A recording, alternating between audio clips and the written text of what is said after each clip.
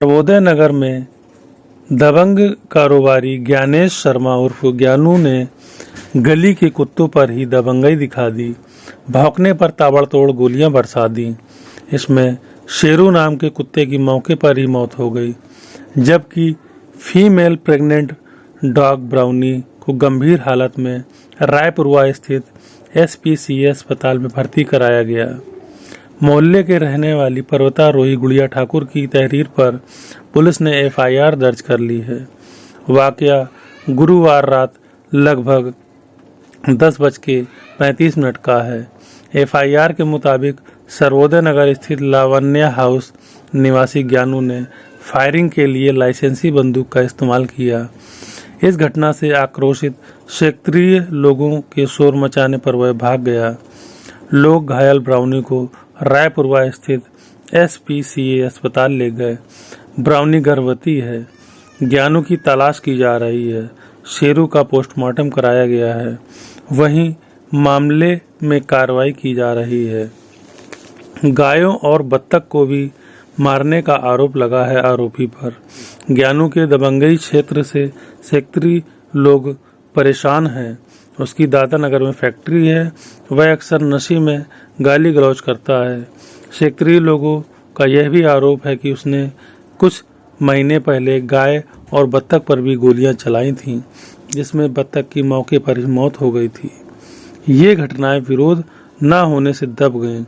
घटना की जानकारी मिलते ही पशुओं के लिए काम करने वाली अर्चना त्रिपाठी और पर्वतारोही गुड़िया ठाकुर आगे आईं। आरोपी के पिता मुख्य पशु चिकित्सा अधिकारी पद से रिटायर हैं।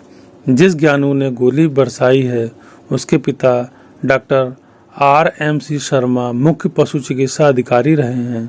उनकी तैनाती कानपुर में भी रही है।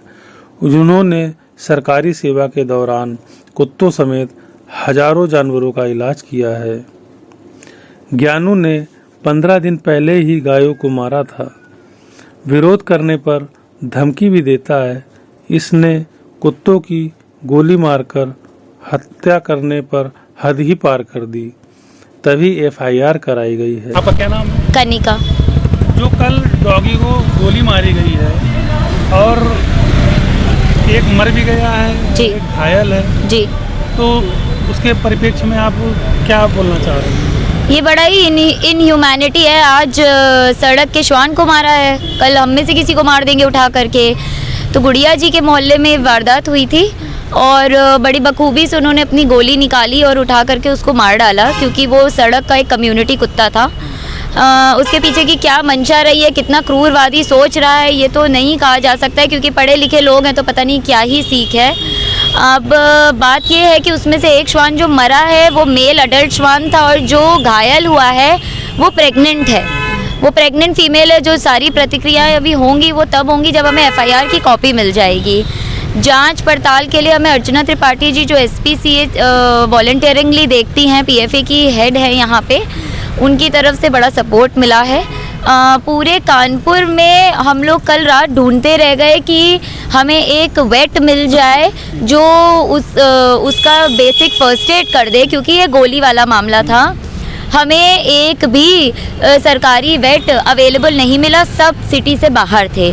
ये बड़ी ही सोच वाली बात थी कि कानपुर महानगर में 24 घंटे का कोई इमरजेंसी सिस्टम भी जीवों के लिए नहीं है।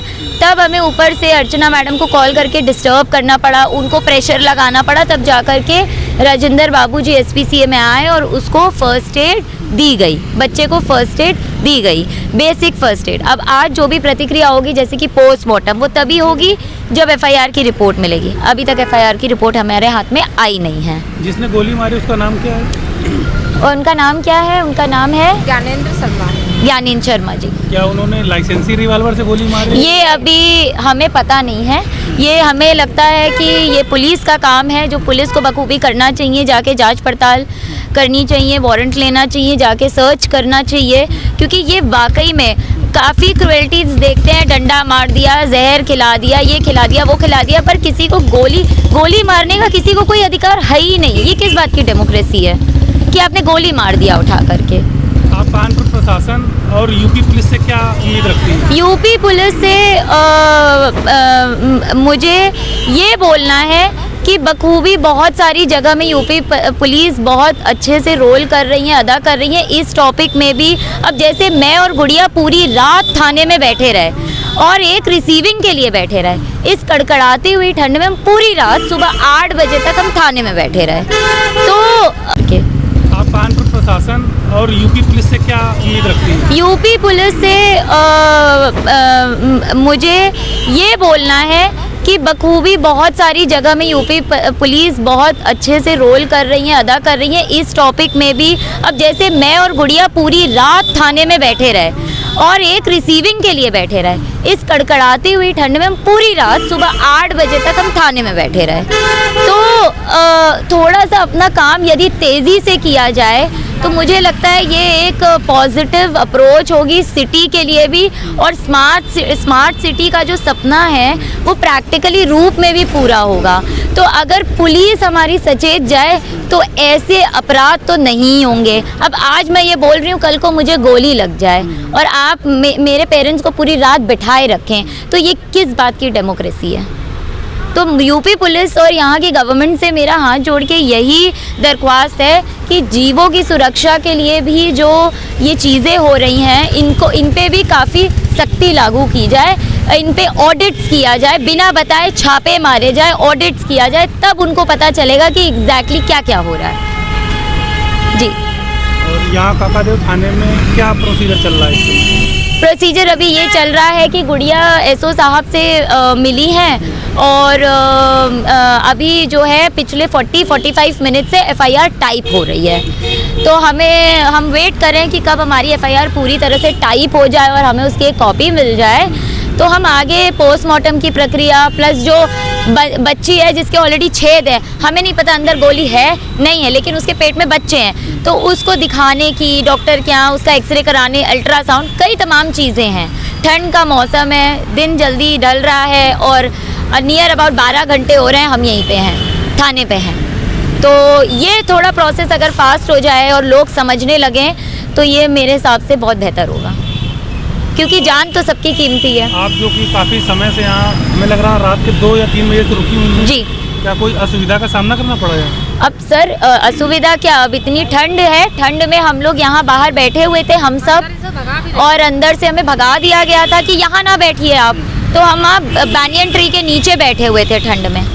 तो ये तो काफ़ी सुबह 5 बजे के करीब एक लेडी मतलब आई, तो उनको शायद हम पे दया आई तो उन्होंने हमें हीटर दिया, वरना तो ये सब हम लोग सब वहीं बैठे हुए थे, ठंड में कुड़कुड़ा रहे थे, किसी को कोई मतलब नहीं है, सब अंदर से बाहर आके झांक रहे थे और बोल रहे थे आराम से अभी रुको, ये रुको अभी आराम से, यही वर्डिंग थी ना, आराम से रुको अभी।